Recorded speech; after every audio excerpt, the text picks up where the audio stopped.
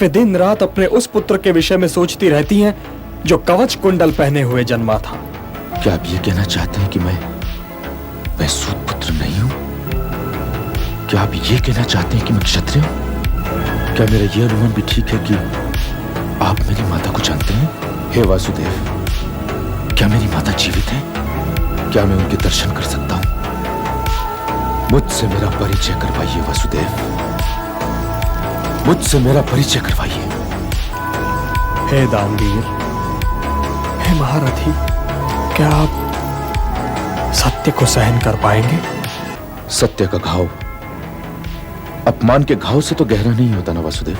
आपकी माता आपके अतिरिक्त 5 और महारथियों की माता हैं, और वो 5 महारथी ऐसे योद्धा हैं जिन्होंने आज तक पराजय का स्वाद नहीं चखा। 5 महारथी? आप कहीं पांडवों की बात तो नहीं कर रहे? उनके अतिरिक्त ऐसे और कौन 5 योद्धा हैं कर्ण जिन्होंने पराजय का स्वाद न चखा हो?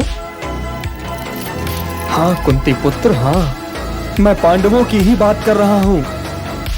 मेरी बुआ कुंती आपकी माता है और आप पांडवों के ज्येष्ठ भ्राता हैं।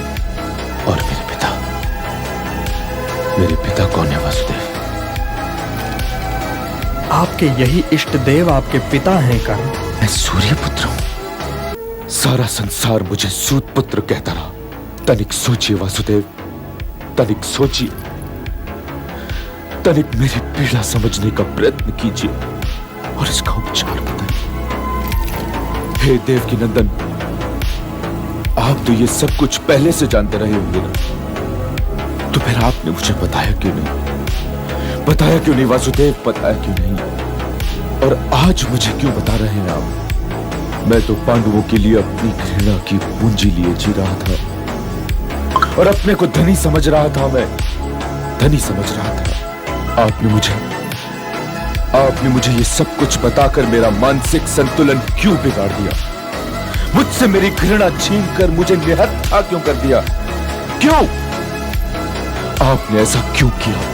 मेरे साथ चलिए अंगराज, मेरे साथ चलिए। मैं सारे संसार को आपके चरणों में डाल दूंगा, सारे संसार को। और इससे ऊपर ये कि आपको 5 भाई मिल जाएंगे और आपको अपनी माता मिल जाएगी।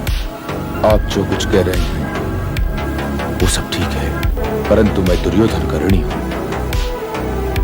आपने उस ऋण के विषय में तो कुछ कहा ही नहीं। मैं आपके लिए भी अपने आप से झूठ नहीं बोल सकता केशव, नहीं बोल सकता। मैं जानता हूं कि पांडव तो आपकी कृपा के सुरक्षा छत्र के नीचे हैं। मैं क्या, युद्ध में तो उन्हें कोई भी नहीं हरा सकता। और मैं ये भी जानता हूं केशव कि कौरव सेना की पराजय निश्चित है। फिर भी मैं दुर्योधन ही के ध्वज तले युद्ध करूंगा।